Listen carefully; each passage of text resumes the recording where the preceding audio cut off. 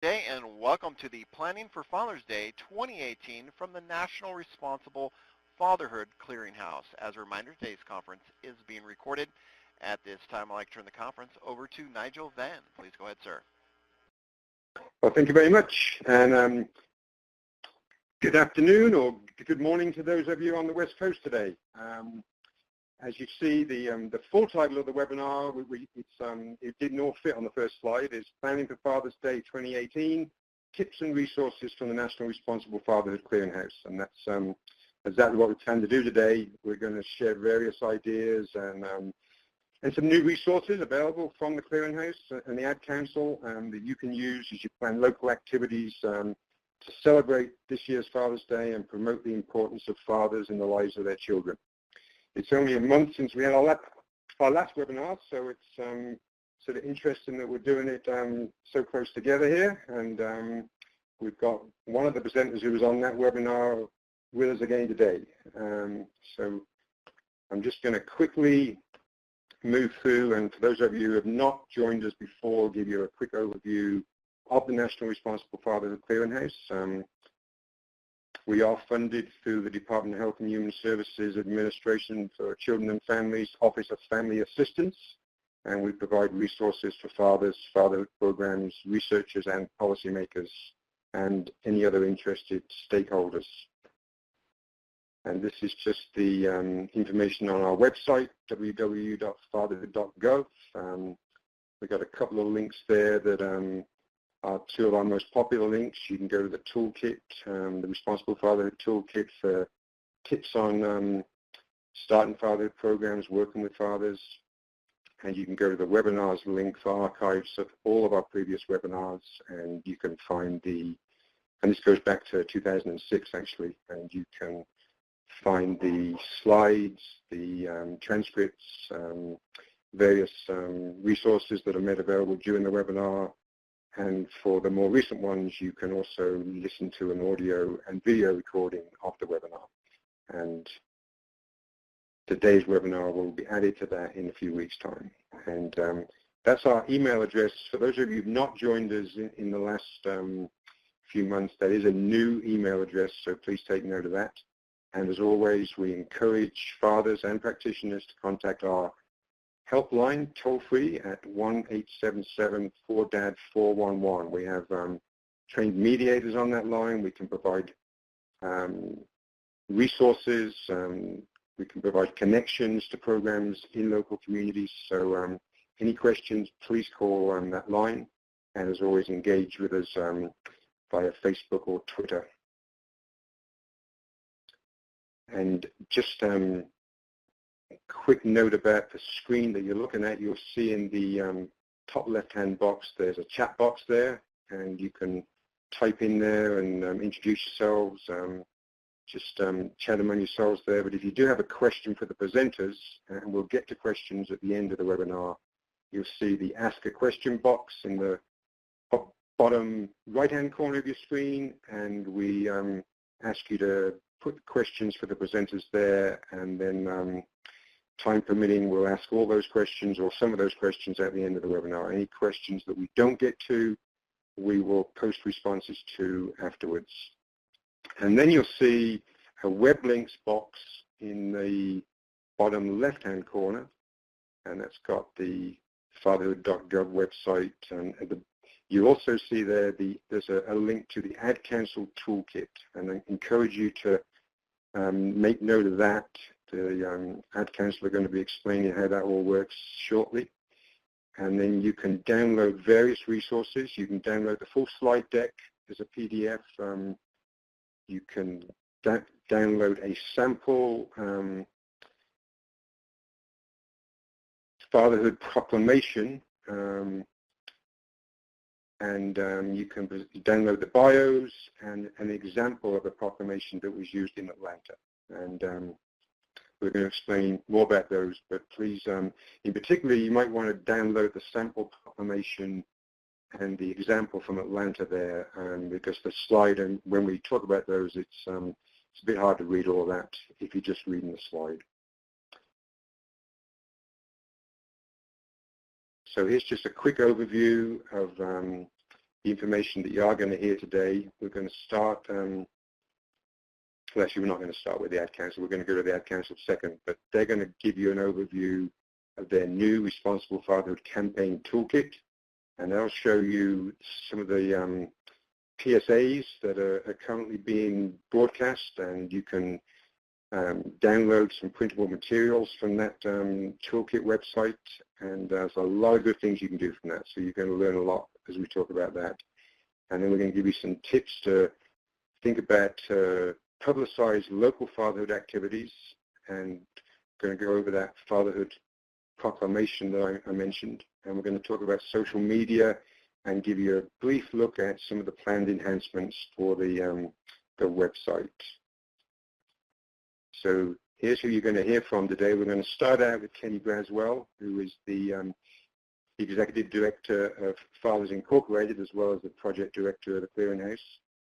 And then we're going to go to the Ad Council. You'll be hearing today from Madeline Miller and Sarah Mann, Campaign Manager and Assistant Campaign Manager. And then we're going to go to David Miller, who is our Social Media Manager. And finally, Penny Tinsman, our website lead. And I'll say a few more words about each of those as we get to that. Again, encourage you to download their bios and learn more about them.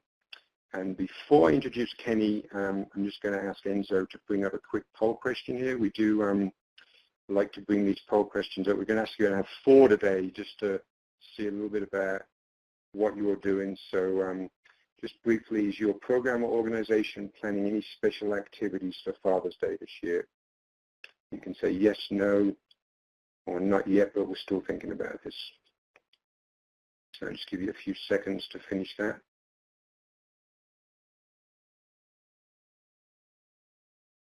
Looks like about half of you are still thinking about it. And we've got about a third of you who are definitely planning, so that's encouraging. So with that, let me bring up Kenny's main slide here, and just say a few words about Kenny. He created Fathers Incorporated back in 2004 and has served as the organization's executive director since then. Fathers Incorporated provides capacity building services to encourage and enable the positive involvement of fathers in the lives of their children. Fathers Incorporated is also the prime contractor for the National Responsible Fatherhood Clearinghouse, and so Kenny serves as our project director in that capacity. He's a leader in the national field of fatherhood. He always brings a fresh perspective to the conversation, and it really is, it's tremendous actually to be able to work alongside Kenny and see what he's doing to move this field forward. So with that, I'm going to pass the mic to Kenny, and he's going to set the stage for the rest of our conversation today. Kenny, time is yours. Nigel, thank you so much, for leading this conversation and doing the great job that you always do in these so critical conversations that we have around responsible fatherhood. I want to bring everyone greetings from our staff at the National Responsible Fatherhood Clearinghouse, as well as our federal partners, John Allen, who you'll hear from in a bit, Robin and Sharice, who are also somewhat of our leads on the contract, who weren't able to be on and give remarks, but they are always excited around the work that we're doing. And so what I wanted to bring to you today was really talk a little bit about why we are doing this work that we're doing. And Nigel, my button is not clicking it, so I'm going to have to kind of say, okay. And so, yeah, I got it. You got it. And so I was looking at the survey just now, and to Nigel's point, about half of you have not made a decision yet about what you're going to do for Father's Day this year.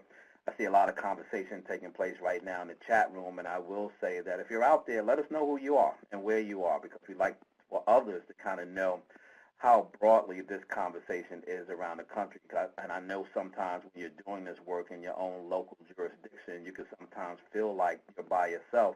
But I want you to be able to see that you're not by yourself, that there are others out there that are doing this work, doing a great job at this work. They're trying to understand. They're trying to look at others for information and for clarification on when they're moving in the right direction. So it's important that others see you and know that there are people in other areas of the country that are doing this work. So please go into that chat and let us know who you are and where you are. And so Father's Day is always a special day for us. I always tell people that for me, Father's Day is like Christmas for everyone else. Father's Day is our most busiest time, of the year. We ramp up in these coming months for Father's Day to really put forth a great showing and a great effort and to motivate people around the country to be excited about Father's Day. And oftentimes when we talk about Father's Day, a lot of folks don't really understand how new in terms of our history as a nation, where Father's Day came from, why we're even celebrating Father's Day. And so, but what we want to encourage on this phone call is celebration. When we get to Father's Day, we don't want it to be a day about issues. We don't want it to be a day, about attitudes. What we want to promote on that day is a day of celebration. I think that 364 other days of the year, we can talk about all of that other stuff, but on this particular day, we want to honor and we want to celebrate fathers, and that is what we believe this day is about.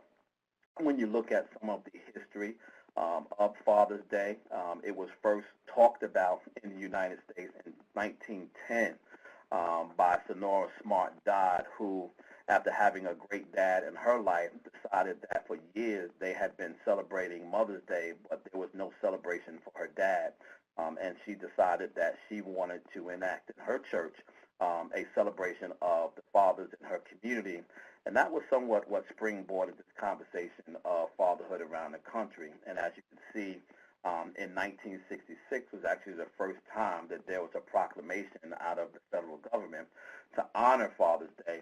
And it wasn't until 1972 that it actually became a national holiday. So think about that for a moment, that we really have not been celebrating Father's Day as a nation since 1972. And so that wasn't that long ago when we think about the history of this nation. Next slide, Nigel. And so the NRFC, in the work that we're trying to do around fatherhood, looks like this. And so each and every year, we do a different campaign.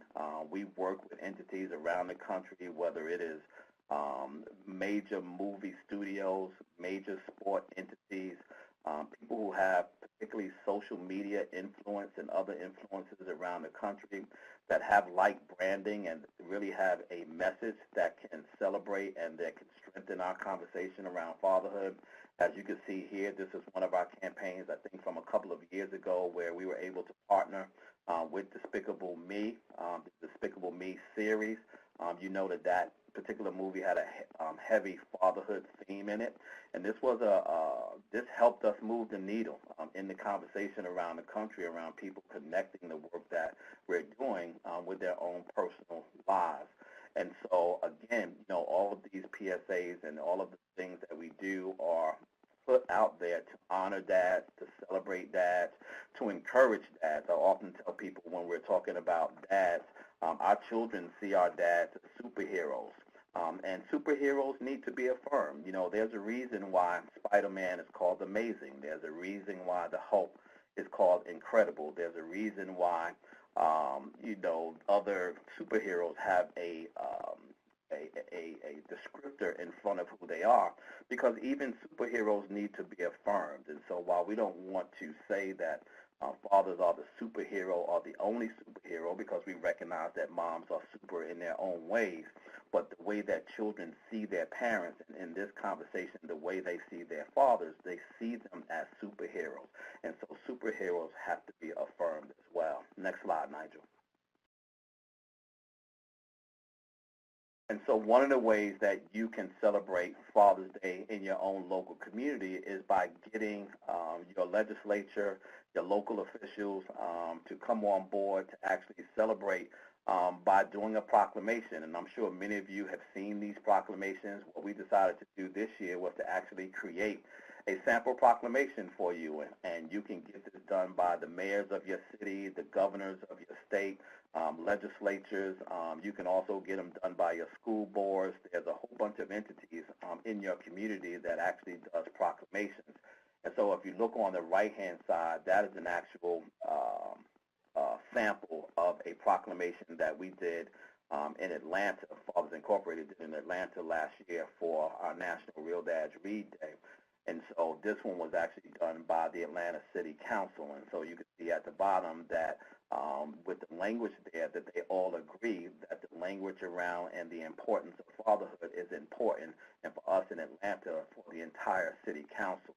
And so you use these as confirmation that there is support in your local communities to do this. And I know that when you look at the left-hand side, which is the actual sample proclamation that you can download, and you can see that down at the bottom, that you see some of the King's English language in there around the whereas. And you can change that to terms like because or since, or given that, if you want to simplify the proclamation, understanding that when you give this information to those entities, that they will craft this and they would put it in the format that they typically do for proclamations in their governments. And so don't be surprised if it comes back sometimes with a different watermark in it.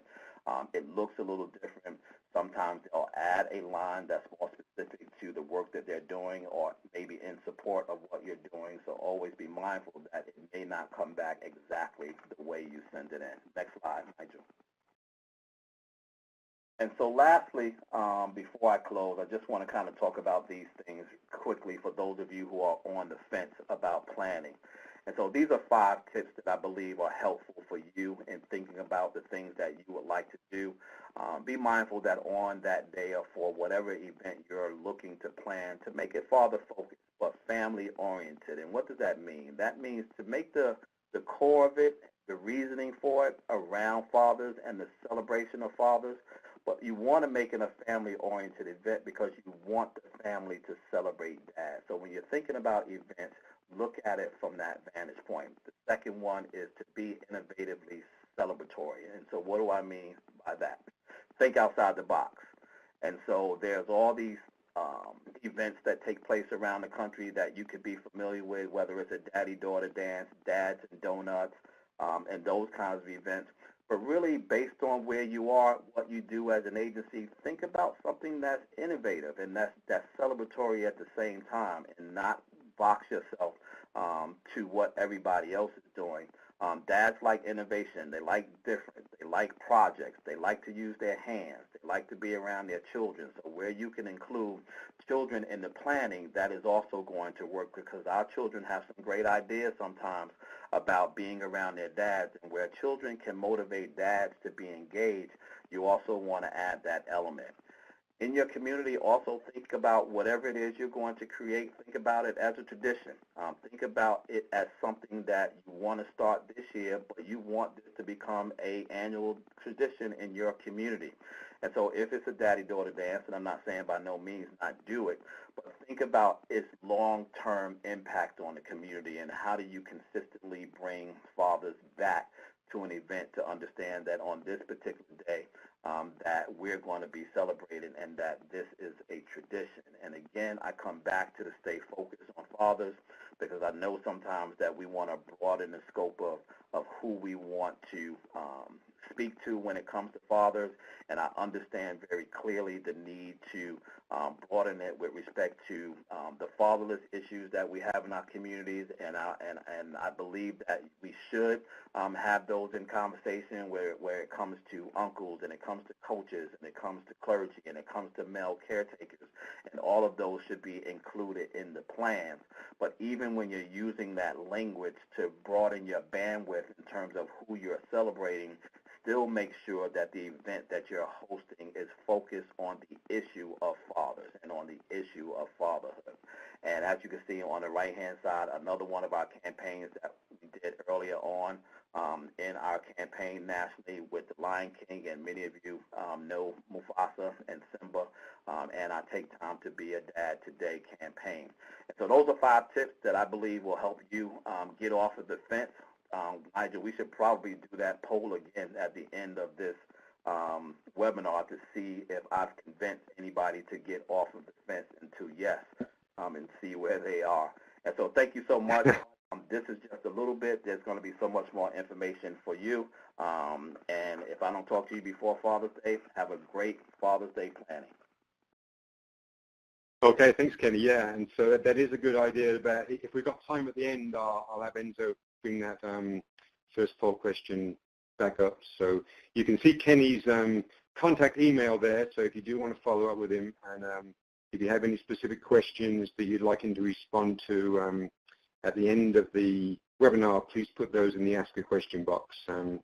He's going to have time to help you out there as well. So Enzo, if we could have the next 2 poll questions, I don't know if you can bring them both up at the same time, but here's the second one. We're just interested, before we introduce the Ad Council, how many of you have seen or are aware of any of the PSAs that are out there. So in the past 6 months, which of these PSAs have you seen, either on TV, online, billboards, print, or radio?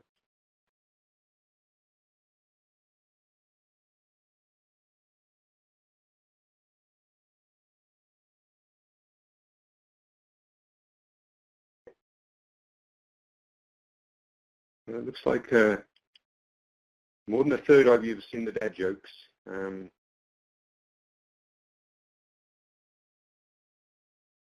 About half of you haven't seen any of them, so we're going to change that today. You know, you're not going to see them, but you're going to learn all about them. So let's close that one, Enzo, and we'll move on to we've got one more short poll question for you. Oh no, we haven't got the other one. Okay, no, that's a later one, Enzo. Let's hold off on that one.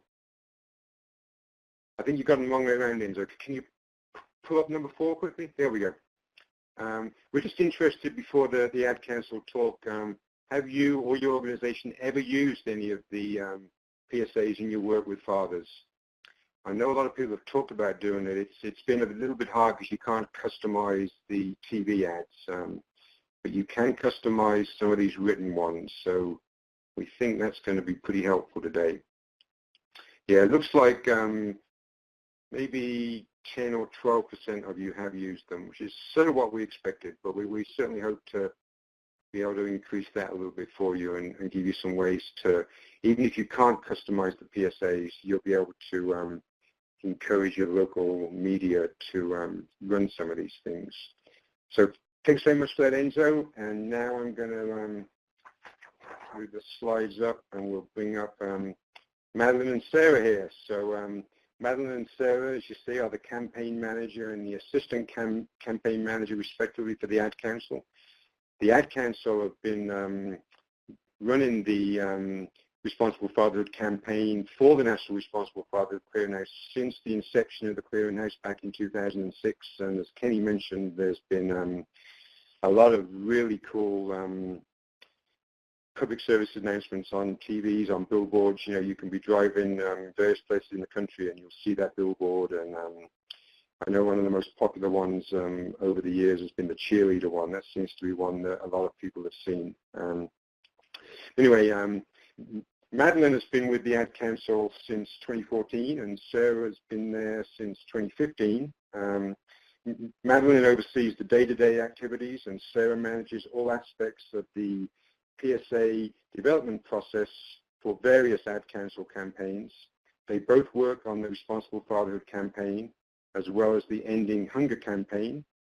And additionally, Madeline works on the teacher recruitment campaign, and Sarah works on the Alzheimer's awareness campaign. So they got a couple of very interesting jobs there, and I'm now going to give the time to them to explain more about the Ad Council campaign toolkit and what you can do with it.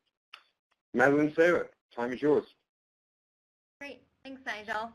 Hi everyone, my name is Madeline Miller and I'm a campaign manager at the Ad Council, and today Sarah and I are excited to walk you through the Responsible Fatherhood Campaign Toolkit, a new tool that will give you all access to all of the wonderful fatherhood PSAs and resources.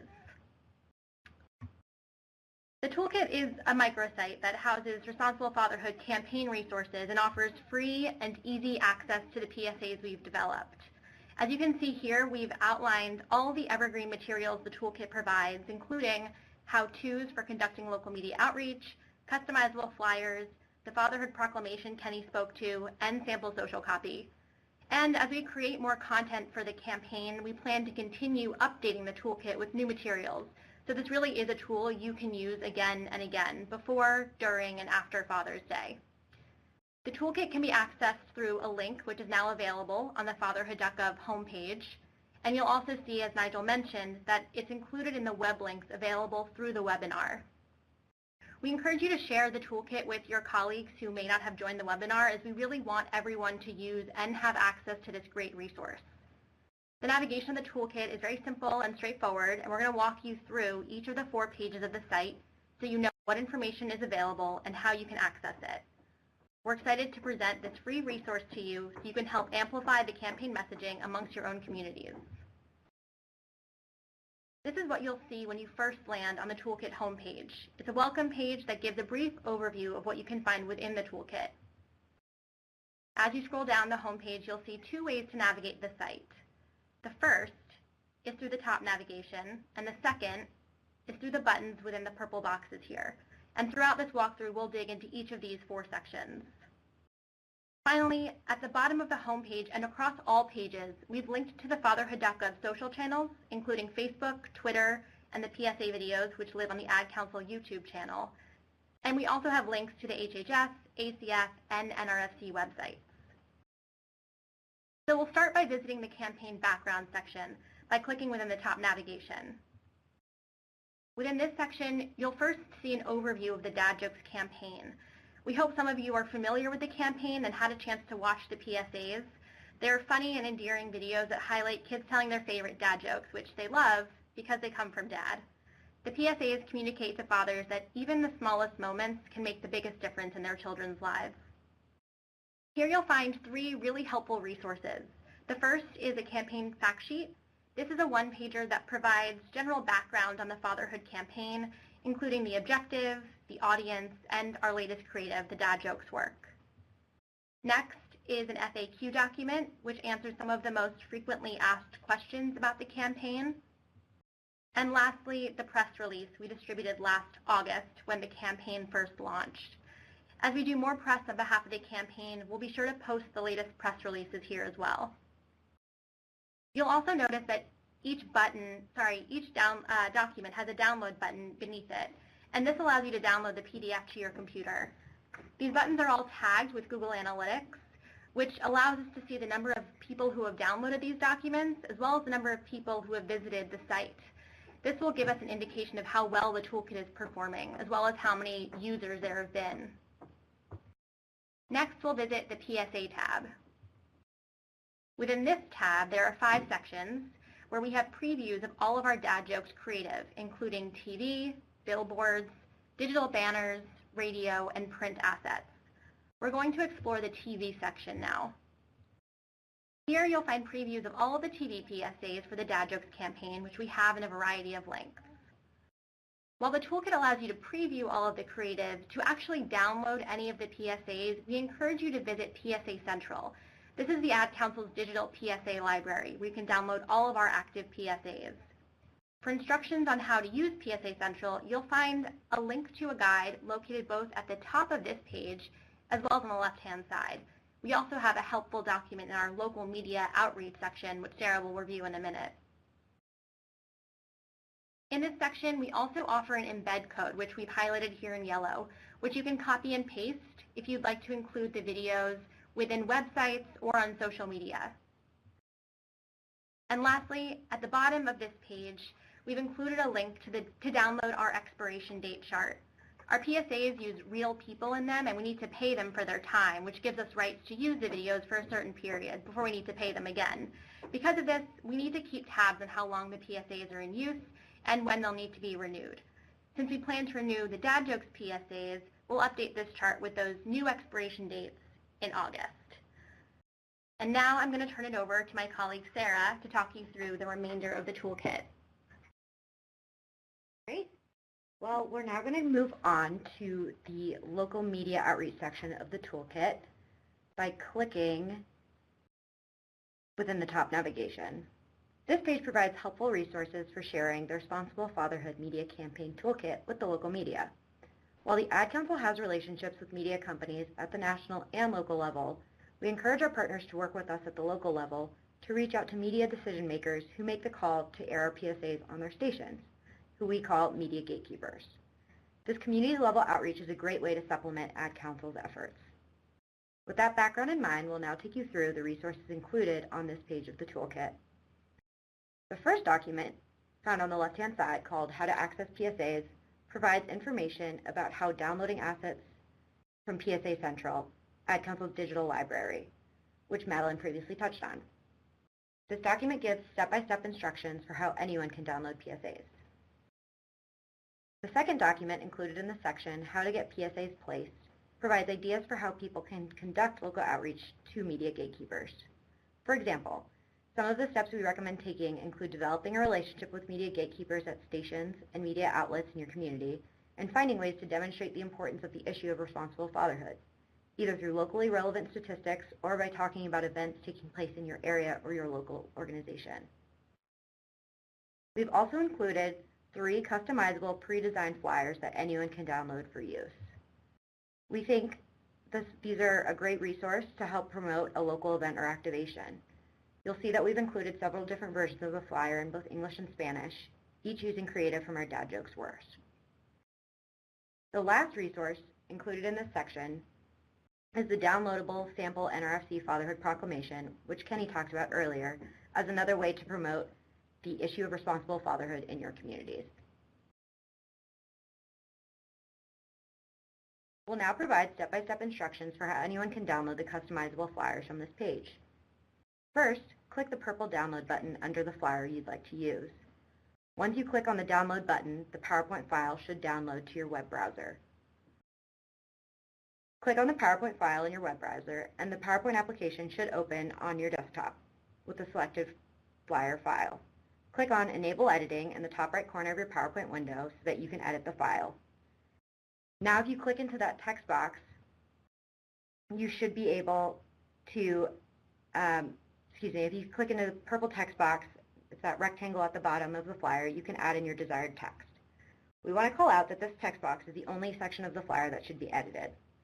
It's our recommendation that you only add 2 to 3 lines of copy. Here we've added in copy promoting the webinar as an example. Once you've added in your copy, you can remove the white dotted text box guide, save your file, and you can then print the file. We're now going to take you through the last section of the toolkit called Spread the Word. This section provides information about how you can promote the Responsible Fatherhood Media Campaign on your social platforms. The first resource included in the section is a Word document with recommended social copy, which can be paired with the social media graphics sized for Facebook, Instagram, and Twitter. These graphics can be found when you scroll down the page. We'll now walk you through how to download a social graphic, pair it with sample social copy, and post it to Facebook as an example. These instructions are also included in the suggested social copy document at the top of this section. First, click the download button beneath the social graphic you're interested in using. The graphic will appear in a new tab of your browser. You can right-click and select Save Image As from the drop-down. Save the file wherever you'd like. Next, you'll open the social media platform you're planning to upload the graphic to. Using Facebook as an example,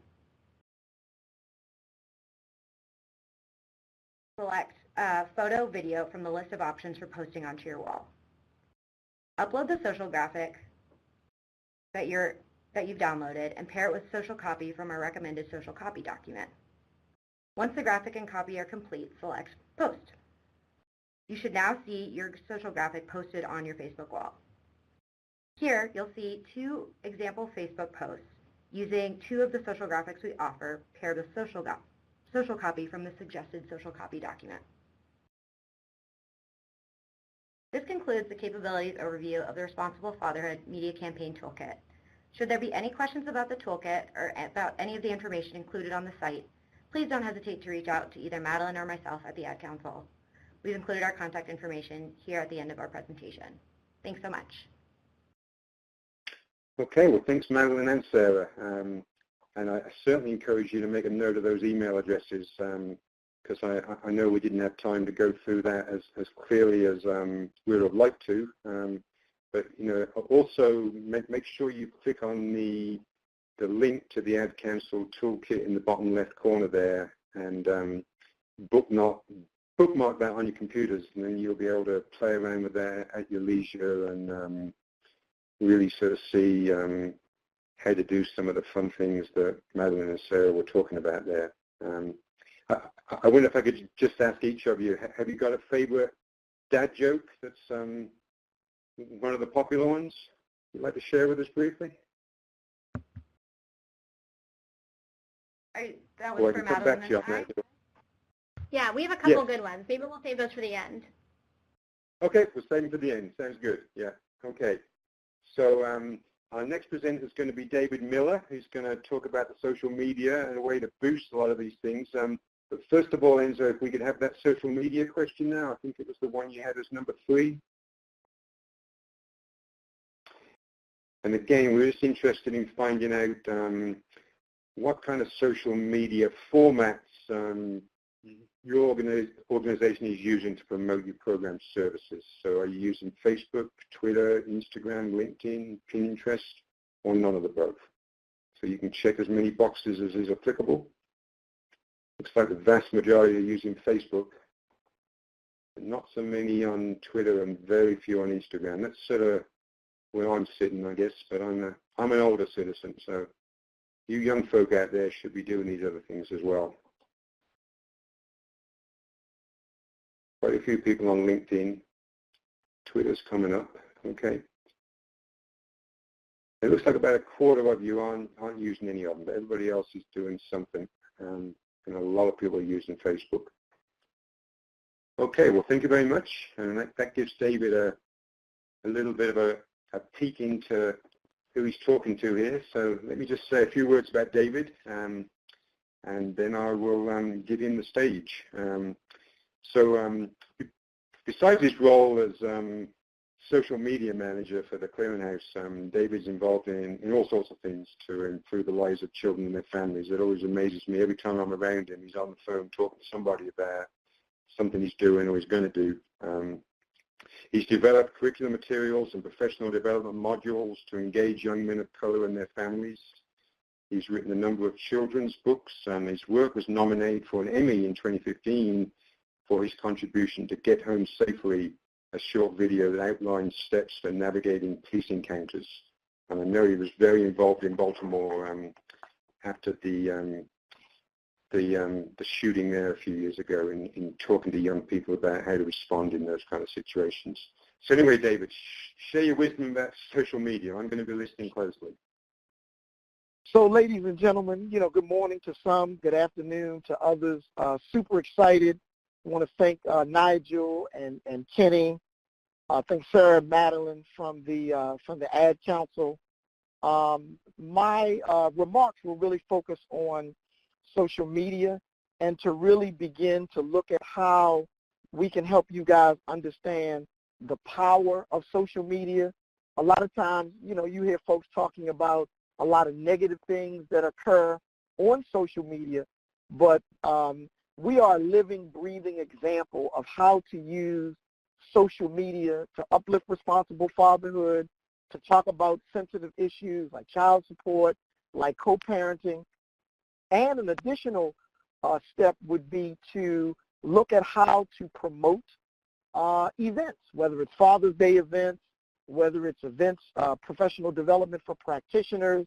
If you're trying to figure out a way how to reach hard-to-reach populations of dads, we find that everybody is on social media, whether it's Facebook, and it appears that a lot of folks are on Facebook, Twitter, and then even Instagram. If you're really trying to reach an even younger demographics, particularly around what we would consider to be millennials. And so that first slide really kind of underscores the reach of social media worldwide. One of the things that we have been amazed by is our international reach. We get organizations overseas who are interested in our fatherhood work, because fatherhood may just be a new topic or a new area that they may want to address in a particular country. But we know domestically, social media platforms, and there are several, really dominate the airways in terms of disseminating information. So one of the things that we're really hopeful that you guys will consider as a part of this webinar and even after the webinar is really begin to think about your social media usage. We're going to provide some tips, some strategies, and we're available and open if you have questions, because oftentimes people may decide that they want to roll out 3 or 4 or 5 different social media platforms, and it may be just a matter of mastering a social media platform initially and then gravitating towards others. So we're going to cover events. We're going to cover a way to even present data using social media to practitioners. So we can go to the next slide.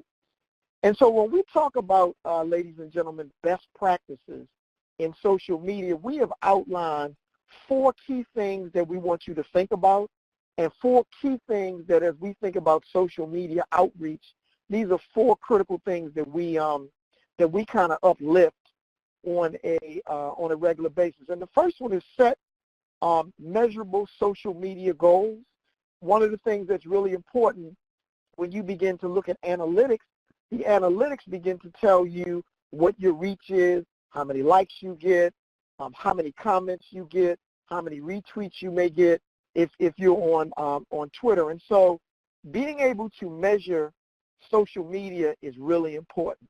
But under this first box, really beginning to use social media to tell stories. One of the things that we get the highest level of engagement for is when we can identify photographs, or dads send us photographs, or moms send us photographs, or organizations send us photographs that begin to tell a great story about the great work that's being done in the community.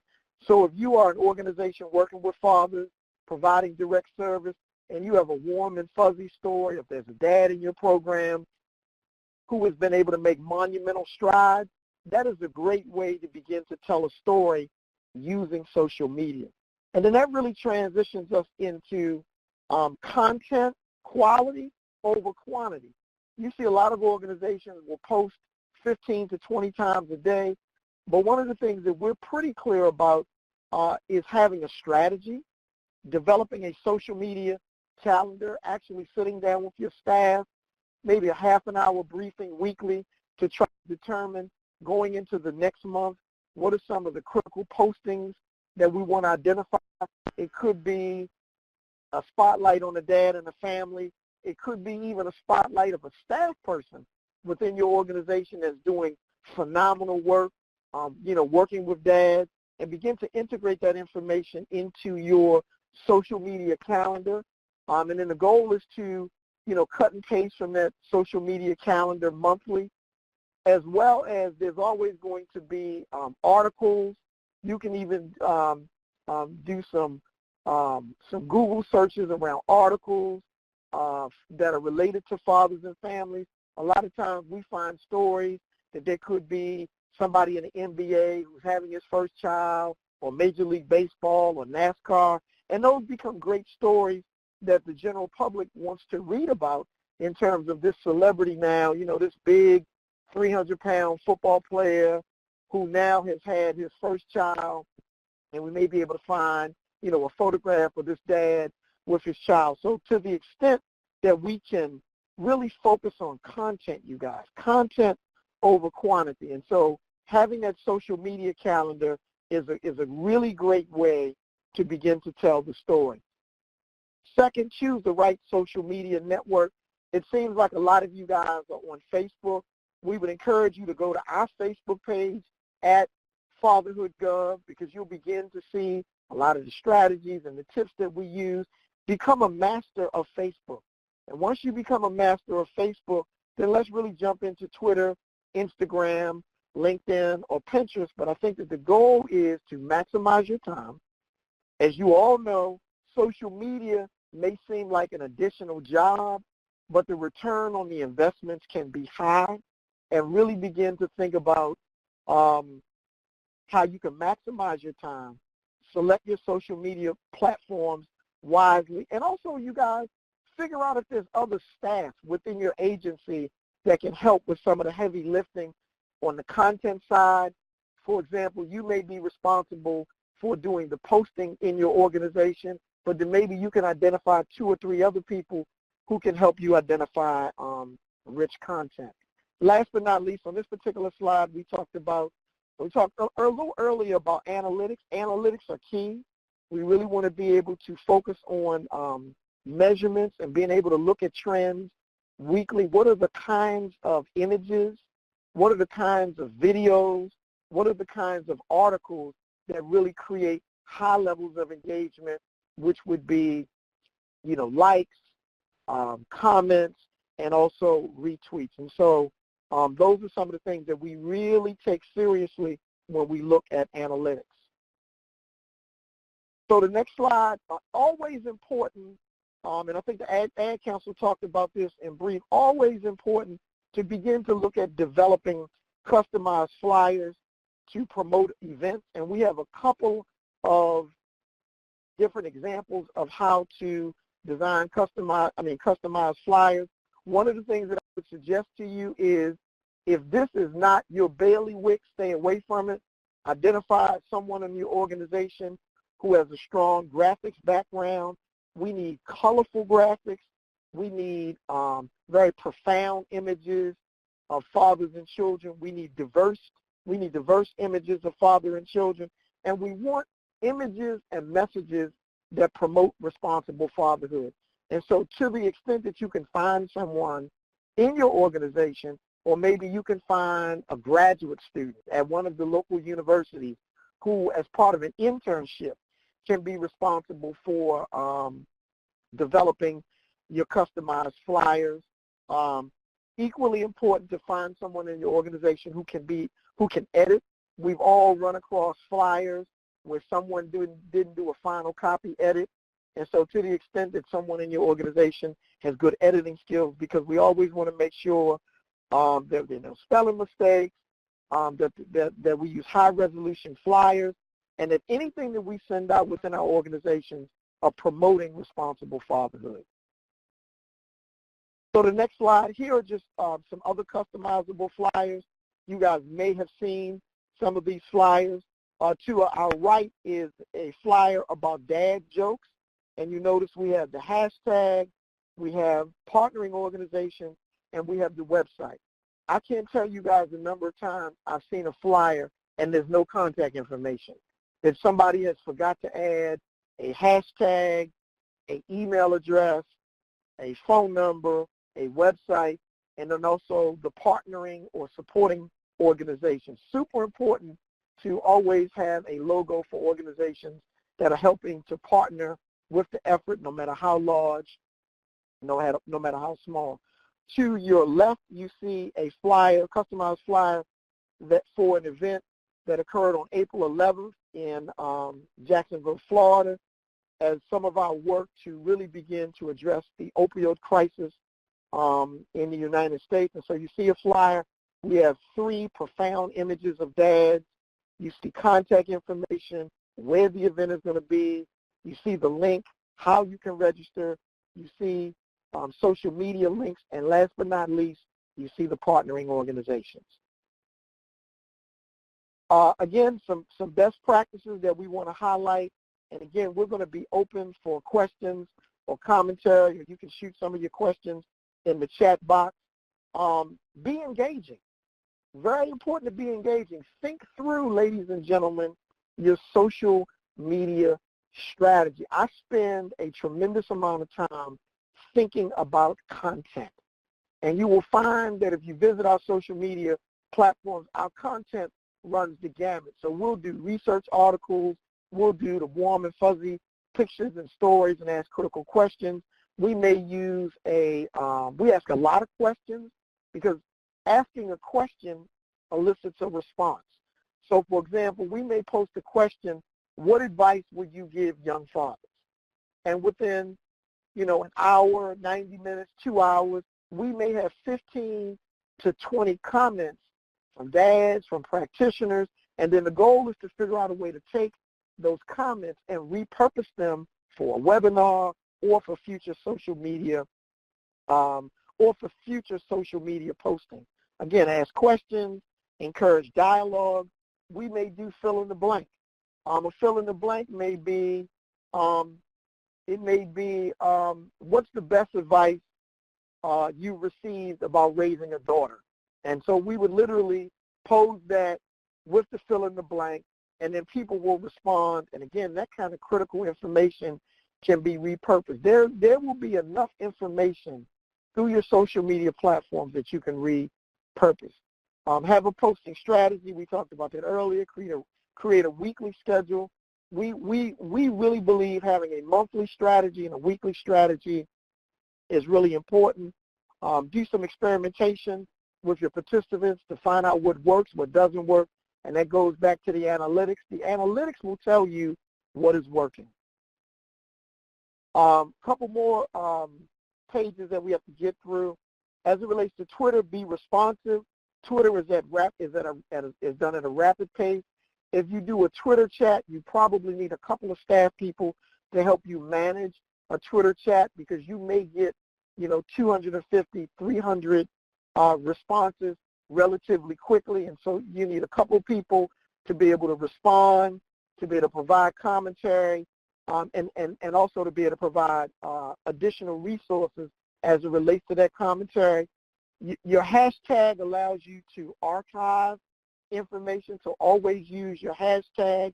Always retweet good information. By retweeting good information or good posts, that will help you expand your networks.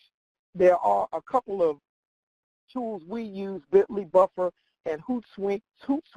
If you want to take an article that's in the Washington Post, because of the limited number of caricatures on Twitter, you would need to be able to create a shortened link. So you would highlight that, put that, cut and paste that into Bitly, for example. It would give you a shortened link. Then you take that shortened link and you can include that in your social media posts. Next, as it relates to best practices for Instagram, Instagram has over 400 million users, so it's a great place to really promote great stories and the great work that your organization is doing. You could just create a box with a graphic in the back with your mission statement. This is the mission statement of your organization. You can highlight events. You can share stories. Great way to use videos, 60-second videos. Great way to tell stories. You can also have, you can switch between Instagram accounts. If your fatherhood organization is doing maybe 3 or 4 different bodies of work within your fatherhood program, you may be doing workforce development, you may be doing some stuff around child support. You could actually have multiple Instagram accounts. And just like Twitter, ladies and gentlemen, use of the hashtag really, really, really helps promote your Instagram work. And again, we're going to be around if you have questions or comments. And if you can drop any of your comments or questions in the chat box, we would be super excited to respond. Here is my contact information. We believe that in order to really promote the work that you're doing and also connect with some of the national efforts, social media is a proven, tried, and tested method.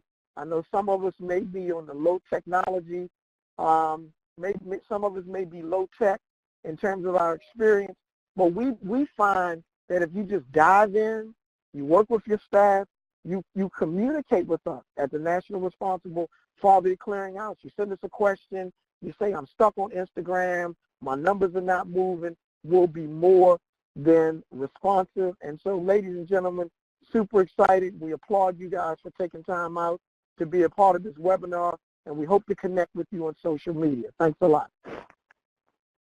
Thank you, David. Yeah, and anybody who's listening, if you've not been to the Fatherhood.gov Facebook page, certainly encourage you to have a look at that.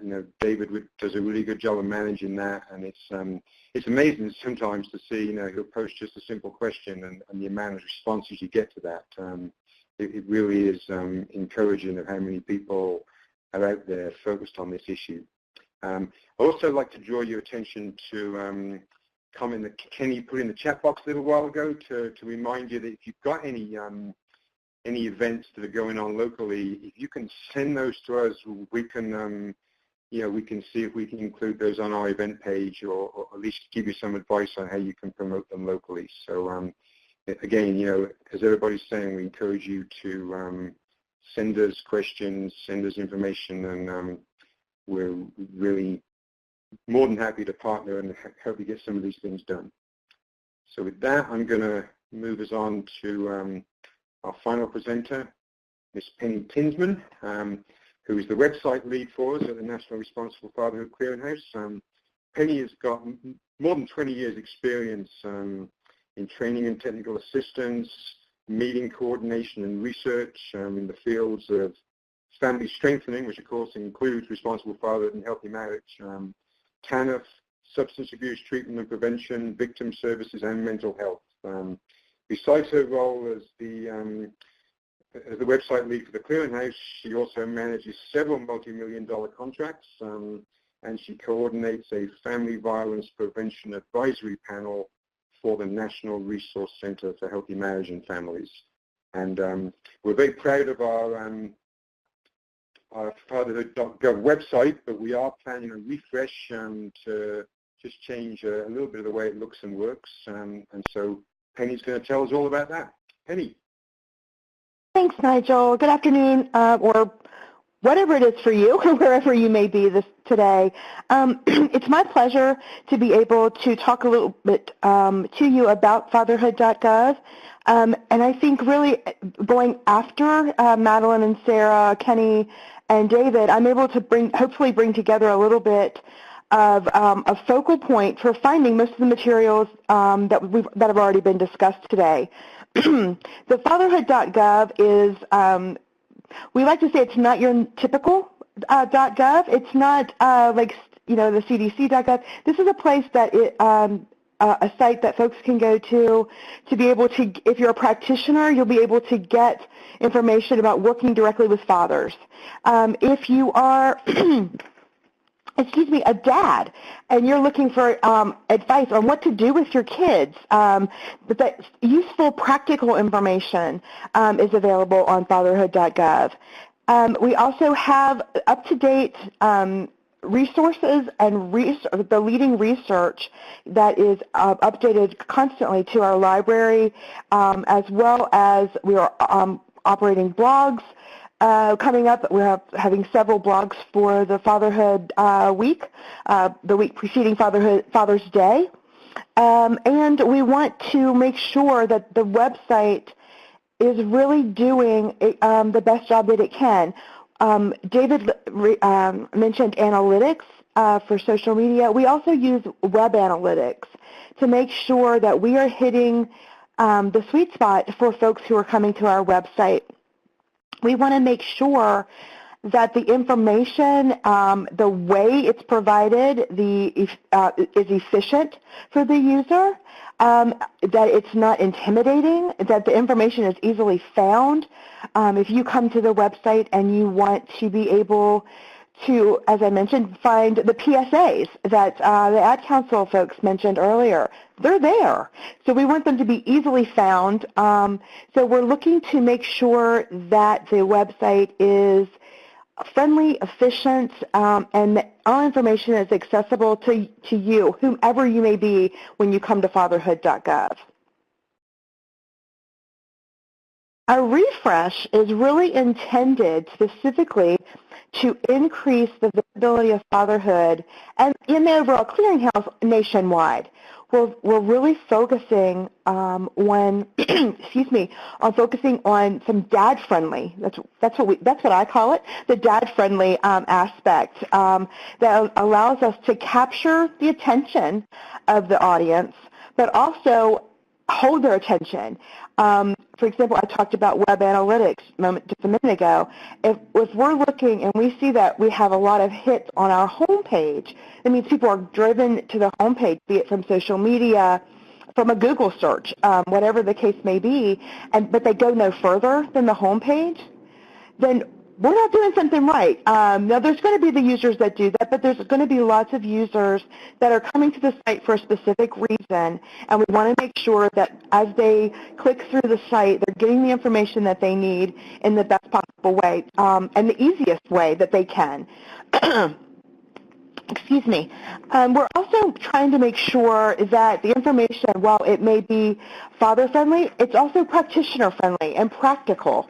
So we're doing our very, very best to make sure that that information is easily available. I'm sorry, I had a blip on my screen just for a moment. I apologize.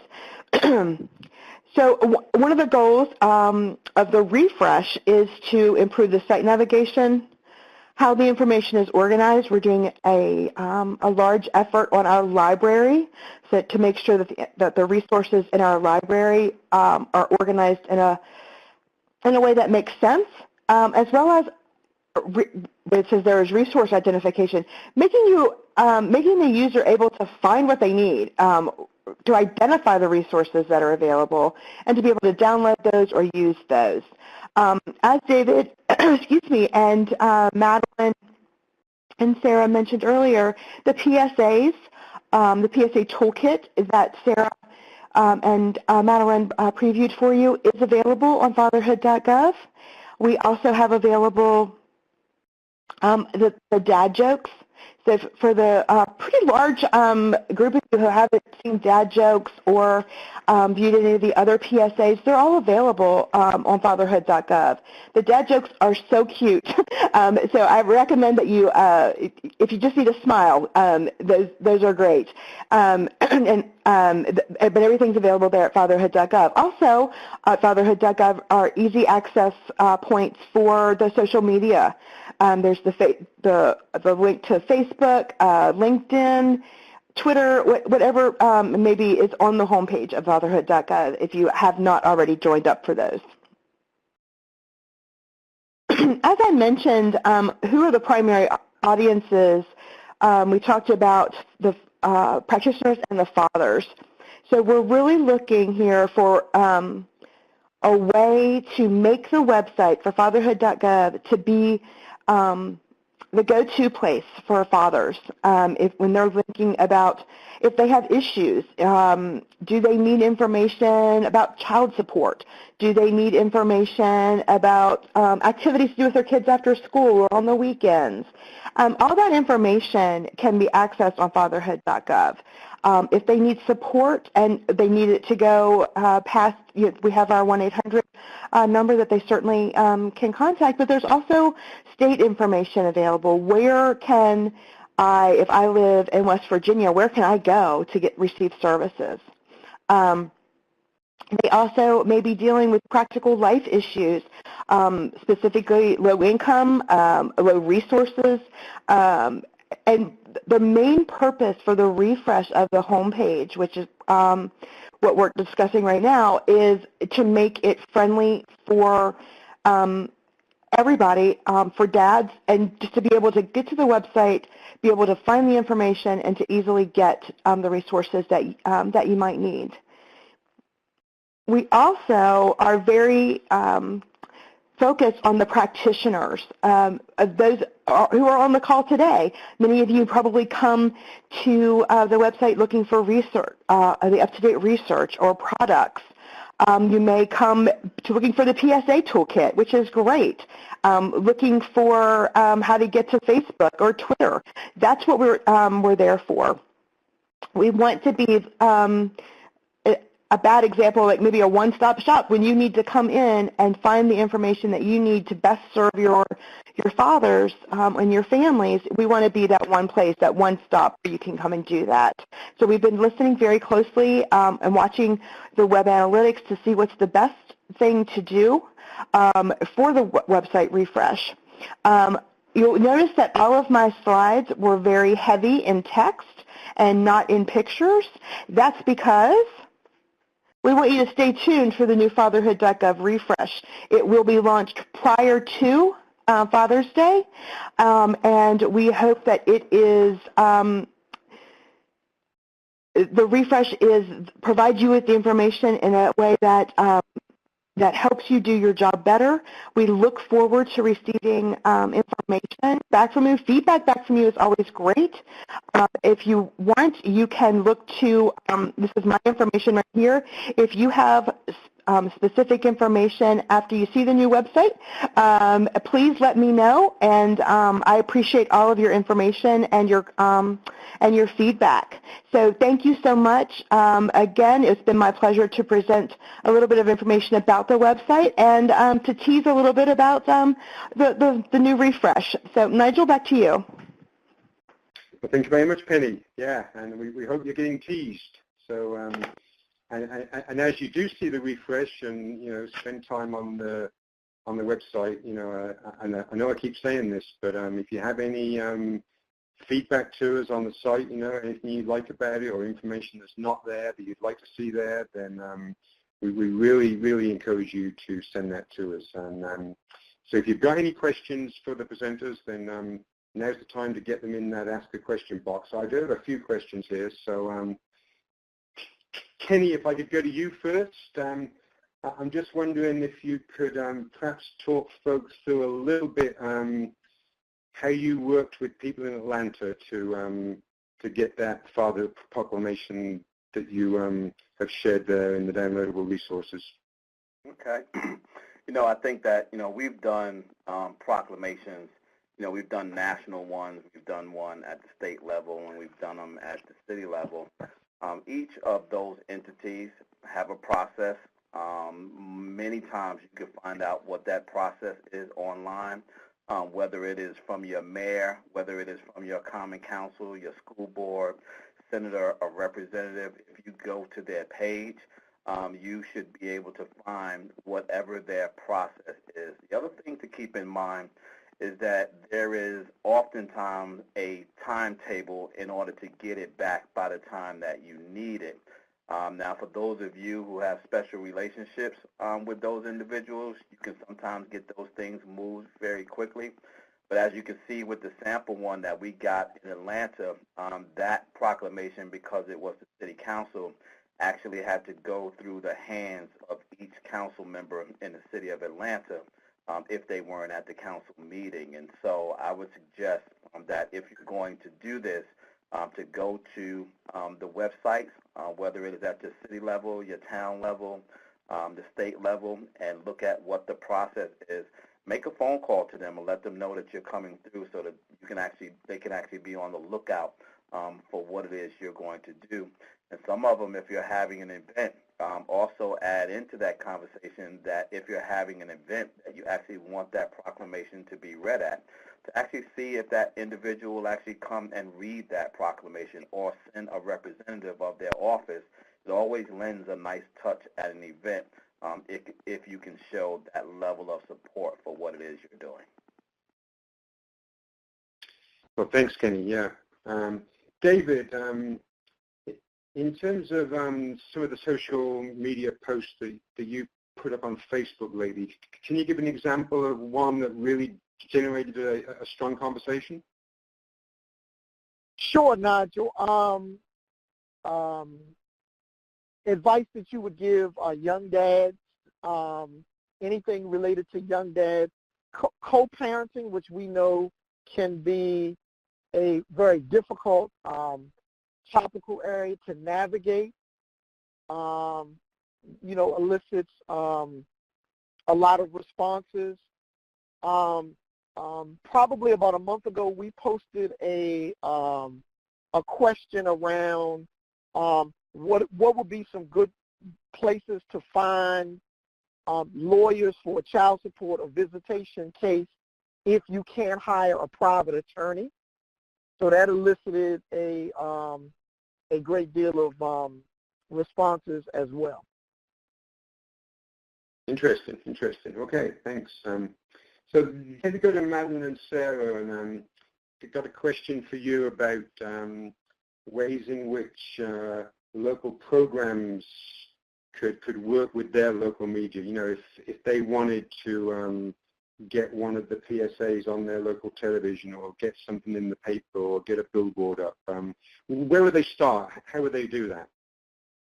Yeah, that's a great question. So I think as a first starting place where the toolkit can be useful is by visiting the local media outreach tab, and we actually have a document called How to Get PSAs Placed that is really helpful, and it sort of calls out different ways in to local TV and radio stations. Often the first step is really identifying who the decision maker is at the station that you need to be in touch with to talk about the importance of the issue to convince them to place the PSAs in rotation. So we have a couple of suggestions. We have some, example language, methods, either by, emailing or by calling, to really start that process. So I think that would be the best first step for someone who's interested in really trying to get PSAs run in their local area.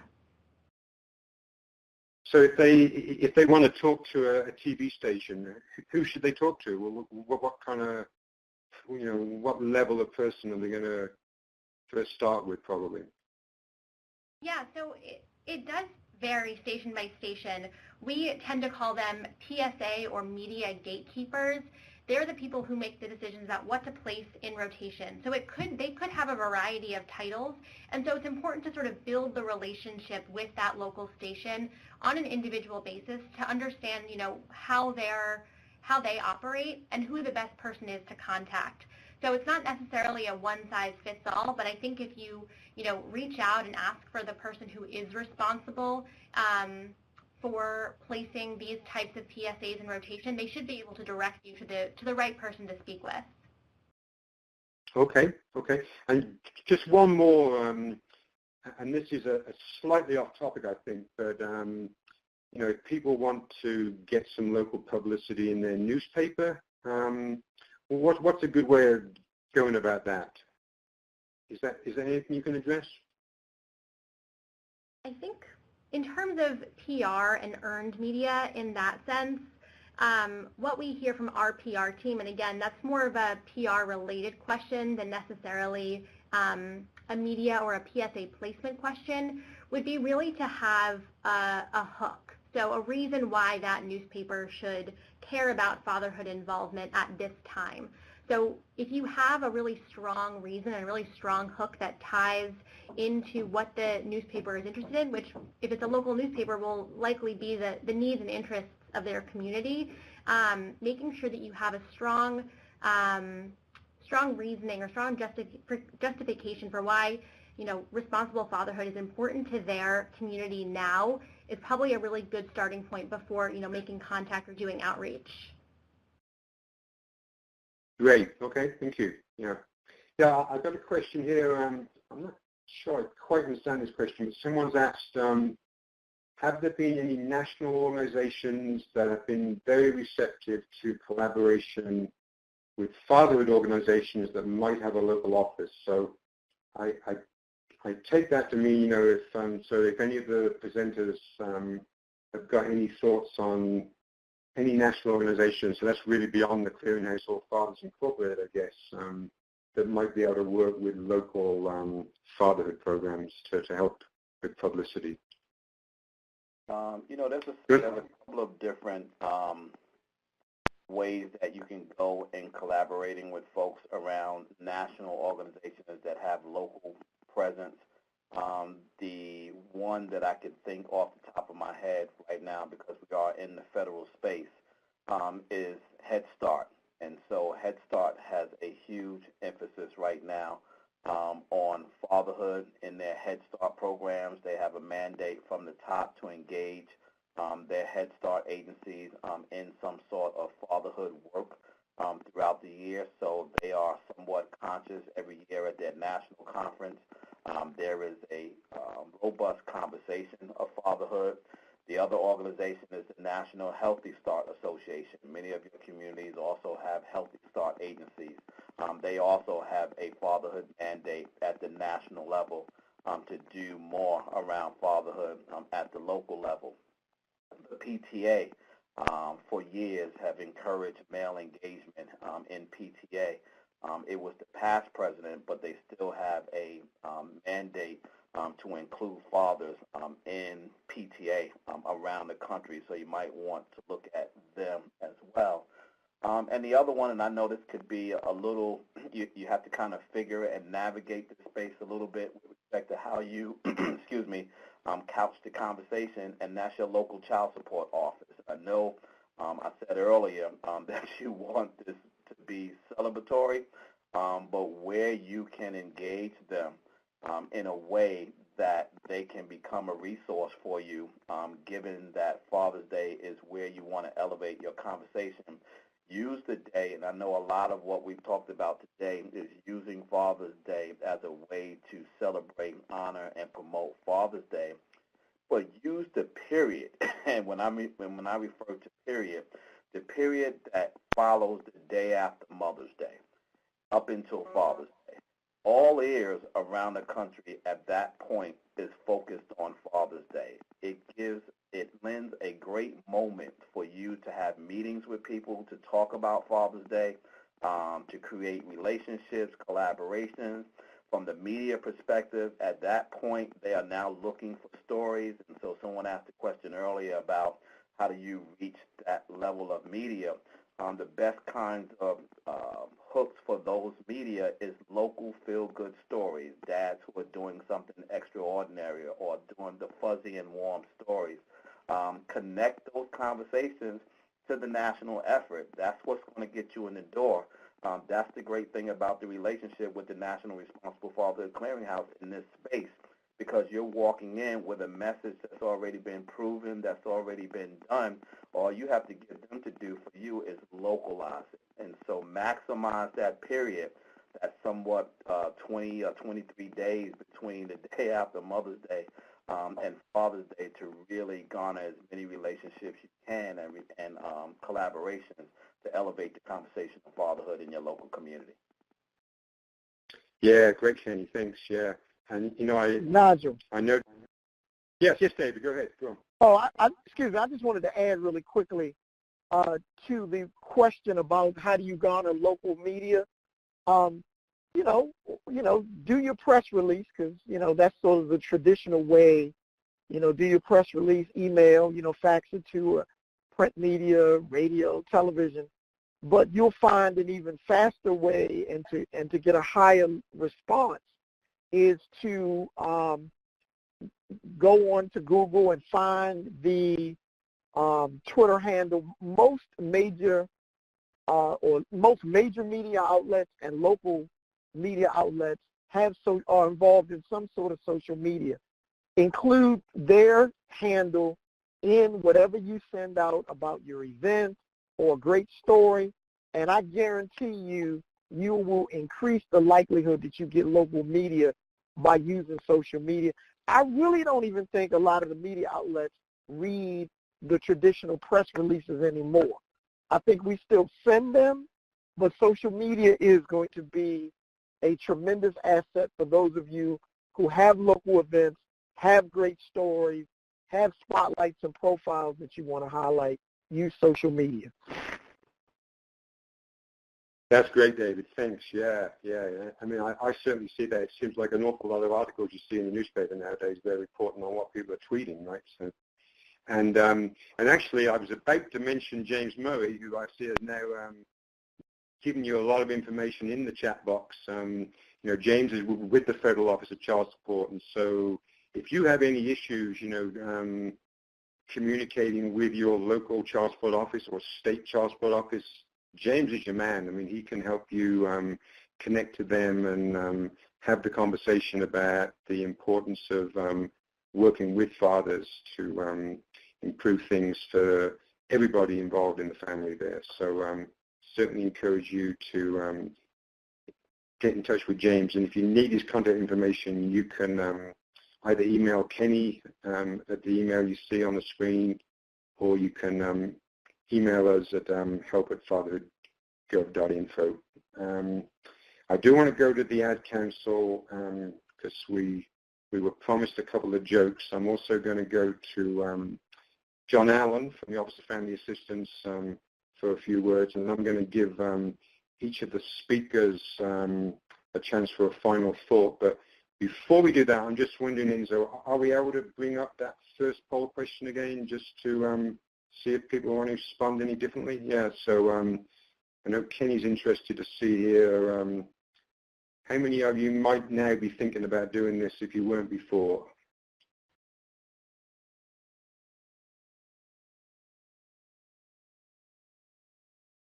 And obviously, we realize you may have to talk to others at the organization before you get some final answers here. But yeah, no, this is very encouraging. So we're seeing a much bigger response in the yes category here. So I think when we first did this, we had about 50% of people who responded not yet, but were still thinking about it. That's down to about a quarter. So that's very encouraging. Yeah. So thank you very much for taking the time to do that. I know we've had more poll questions than usual today, but it's one way we can hear your voice. So thank you for that, Enzo. And so with that, Sarah and Madeline, you want to share a couple of jokes that have been popular? Sure. We have two good ones for you. So here's the first one. Hear about the guy that got fired from the calendar factory? He took too many days off. Haha. All right, and here's another one. Did you hear about the new book on anti-gravity? It's impossible to put down. Oh, cool. Yeah, and it's great when you get kids telling these jokes as well, right? I mean, it really is a scream when you see these PSAs. So now, if people go to the campaign toolkit, they can actually see the PSAs there, can they? And see some of these jokes on there? Yep, absolutely. You can view all of the video PSAs directly on the toolkit. There you go. So And Nigel, hi, this is Penny. They're also available on Fatherhood.gov. That's right, yeah. And they'll see those on the landing page for Fatherhood.gov now, is that correct? They will certainly be there on the refresh. That was like a little hint there. But I believe they're there now as well, so on the current page. Yeah, okay, yeah. So you've got a number of ways of finding them. So you can use the web link box there to go to our homepage at Fatherhood.gov or to go to the Ad Council Toolkit and let us know, how that works for you. If you get to use any of these locally, we would love to hear about that. And maybe we can put a story or two on the website or have a blog about how you've used these things. We're always looking for blog authors. So, yeah, stay in touch and all that. So with that, let me ask John Allen. You got a few words for the audience, John? Yes, I just want to thank everyone, all the presenters, for taking the time out today to come and do their thing and really provide the audience with some real tools to take home to support their local adventures around fatherhood. I think it's important that we really look at this as a plus because here at the Office of Family Assistance and through the Healthy Marriage and Responsible Fatherhood program, we really push implementation. And as a part of your continuous quality improvement of your program, these are nice tools that you can repurpose, rebrand, and really clarify your messaging around your program's service delivery. So I just want to say thank you to the presenters. Mr. Braswell, thank you for your work with the Clearinghouse, the Ad Council, Sarah Mann and Madeline Miller, back to the Clearinghouse with David Miller and Mrs. Tinsman. Thank you guys very much for presenting today, and thank you all for tuning in to this good message. Well, thank you, John. Yeah, and as I said, I do just wanted to give each of the presenters a chance just to leave us with a final thought. So I'm going to leave. Before I do that, Nigel, sure. I want to say thank you to you for being such a great moderator. I really appreciate it. Okay. Well, thank you, John. Yeah, we always need cheerleaders, so thank you. So I'm going to give Kenny the final word because he's our leader. So let me start first with Sarah and then Madeline. Have you got a final thought or message that you would like to leave people with? I think we're just excited to, offer this toolkit up so it can really start being used. It can be a really useful tool for everyone, both on Father's Day, but also ongoing. And was that Sarah or Madeline? That was Madeline. Okay, so Sarah, have you got anything to add? Just echoing Madeline's excitement like. About the toolkit. Sorry, what was that, Nigel? I say you can tell us another joke if you like. All right, if you insist. What did the buffalo say to his son when he dropped him off at school? Bye, son. And now I'm going to stop there. It's much cuter when the kids in the PSAs do it than when we do it. Yeah. And I think, the cheesy ones are often the funniest ones, particularly when you sit on them for a minute, But, Okay, David, a final word of wisdom, sir. Just super excited to work with you guys in creating social media messages and help you build a robust social media platform that will help drive numbers. Thanks. Thank you. Penny. Yeah, I just wanted to say my appreciation for everyone for joining the call today. Hopefully you've received a lot of good information that you can use as you prepare for Father's Day. Please make sure if you're not on the Fatherhood.gov every day like we are, make sure you visit and come back and for the refresh. And finally, just happy Father's Day. Thank you. Thank you, Penny. Yeah, and also, you made me think that if you're not on our listserv and get no emails, then you can just send your email address to help@fatherhood.gov.info, and we'll make sure that you get all the notifications. I'm sure we'll be sending some interesting messages out as the refresh takes place. So with that, Kenny, let me give you the honor of closing us out here. I just want to thank everyone for taking the time out to join us today. I know your schedules are busy, but this information is so important. This is the first time we've done this as a clearinghouse, but we've just had so much great information, so many awesome projects that are coming down the pipe in the next 45 days or so. There's actually a couple of things that we didn't even mention, and I don't want to jump the Ad Council and talking about these things, but stay tuned to us because there is another relationship that we have with a major movie that you're going to begin to see assets from the Clearinghouse on coming up to Father's Day, and a relationship with one of the major social media agencies in the country as well that you'll see some other videos that are, oh my goodness, I don't even know the word to describe these things. I saw them this morning, and they are just incredible.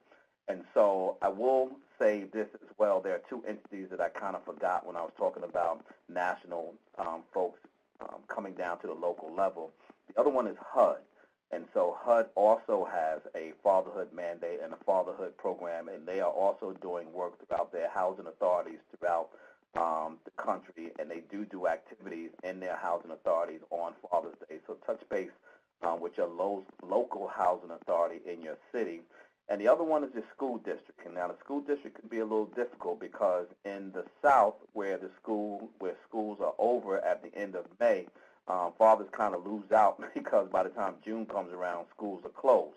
But in the North, schools don't close until the end of June, and so they still have the ability to kind of activate fatherhood programming and activities. But touch base with your school districts as well. And then lastly, just collaborate. And so I'm sure that there are other entities in your community that may or may not be fatherhood groups or fatherhood agencies that are interested in this work. There may be other smaller fatherhood groups in your community that want to do the work. Don't recreate the wheel. You can do more together than you can apart. And so where you can collaborate with other local fatherhood agencies to broaden your bandwidth in your community, find a way to partner with them so that you can share your resources as well as sharing your audience. And so that's it for me. Nigel, again, I reiterate what John said. You did an awesome job, as always. Thank you so much, and talk to you all soon. Okay, well, thanks very much, Kenny. And I know we're over time, but we did just have one more question come in, so I do want to raise that, which actually, as Kenny was talking about the national organizations, it reminded me that, I think every state has a university that's part of the Agricultural Extension Office. I'm not exactly sure what the correct term is, but we did a webinar a year or so ago on work in rural areas, and if you go to that, there was some good information there on how to do that. And I'm prompted by that by the question that just came in. This is a question for you, David. What is the best way to establish a social media presence in a rural community where there's been no social media presence before? Is it possible just to give a very brief response to that, or would you prefer to give a written response later? I think really quickly, I think we minimize the power of social media.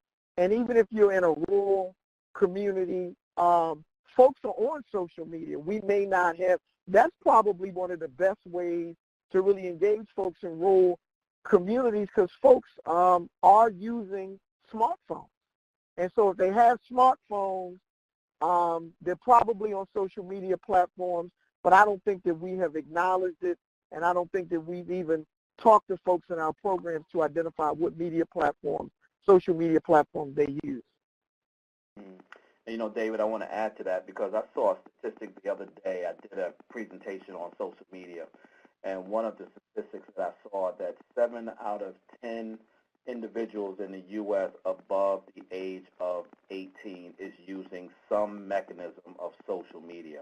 And so to David's point, I think it's not an issue that social media is not taking place in rural communities. It is how do you figure out how to connect with those folks in your community so that you can talk to them directly. Yeah, okay. Well, I appreciate everybody staying on the line with us there. Thank you very much.